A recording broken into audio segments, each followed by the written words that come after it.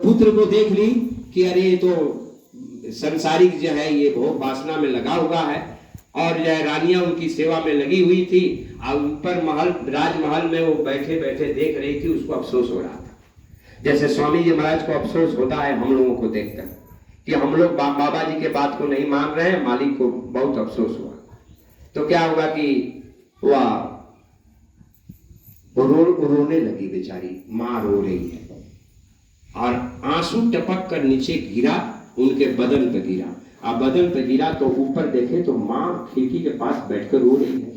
दौड़ कर गए और दौड़ कर जाकर कहे कि अरे माँ क्या बात है, आप क्यों रो रही हैं, किस चीज की कमी हो गई? बोले नहीं बेटा किसी चीज की नहीं। बोले अरे नहीं कुछ ना कुछ बात तो है। बोले कि नहीं नहीं नहीं कुछ नहीं है।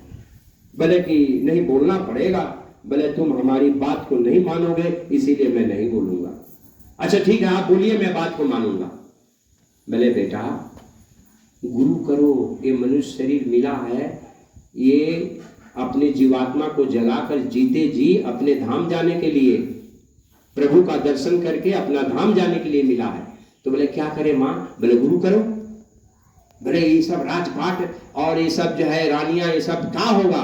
बोले बच्चा ये सब चलता रहेगा, तुम्हारे चलाए नहीं चल रहा है, ये चलाने वाला वो मालिक चला रहा है। तो निकल गए। आ गए तो अपना गोरखनाथ से कहे अरे बच्चा भगिना, अरे तुमको भी राजपाट करना है? बोले नहीं नहीं मैं माँ को वचन दिया हूँ। तो मच्छंदर जी के पास ले गए और वहाँ नाम दान देकर और घर पर आए, माथा उथा मुड़ाकर।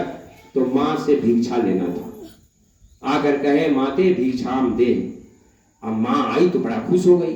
अब खुश हो गई तो माँ के चेहरे पर जो है रौनक आ गया कि लड़का जो है मेरी बात मान लिया। आजकल की माँ को सोचेगी कि मेरा लड़का जो है इस तरह से जो है गुरु मुंडन करा के आकर के जाए गुरु के पास जा रहे और ये करे, कोई सोचेगा?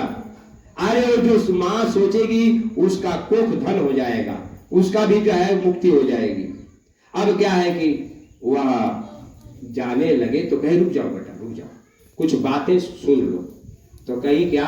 माँ कह रही है कि बेटा ऐसा है कि किले के अंदर रहना और मंत्री को अपने बस में करके रखना और प्रजा पर अच्छी तरह शासन करना और मखमल के गद्दे पर सोना और 56 प्रकार का व्यंजन करना। अब इनका खोपड़ी गर्म हो गया गोपीचंद का।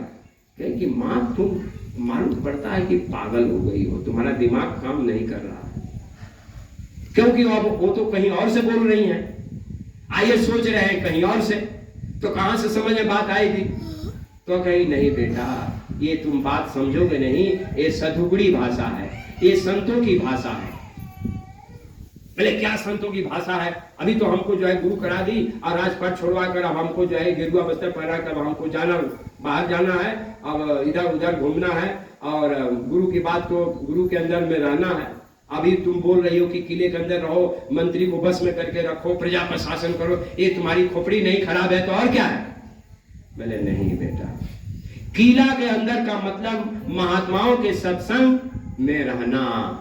सत्संग में रहिएगा तो उतना दूर तक वो किले का काम करेगा, वहां काम क्रोध लोभ मोह अहंकार ये फटकेंगे नहीं, ये दूर रहेंगे। आप लोग ख्याल है कि जब हम लोग जो है मथुरा आश्रम पर जाते थे, भंडारे पर कितनी ठंडी पड़ती थी, लेकिन ठंडी लगती थी नहीं? ठंडी इधर बाहर में बिना टेंट के बाहर में माताएं बहने ये सब बच्चों को लेकर पड़े रहते थे, कोई ठंडी नहीं। वो किला था, किला।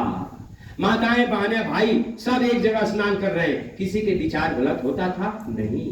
तो कभी नहीं। ये किला था, एक टेंट में सब पड़े रहते थे।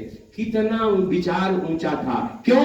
वो महात्माओं का किला था। वहां न काम आएगा, न क्रोध आएगा, न लोभ, न मोह अहंकार, ये काल की कोई भी शक्तियां वहां नहीं आ सकती है। तो ये है किला, ये है किला। अब बताइए कि हमें और आपको किला कितना जरूरी है? अरे कहीं भी सत्संग हो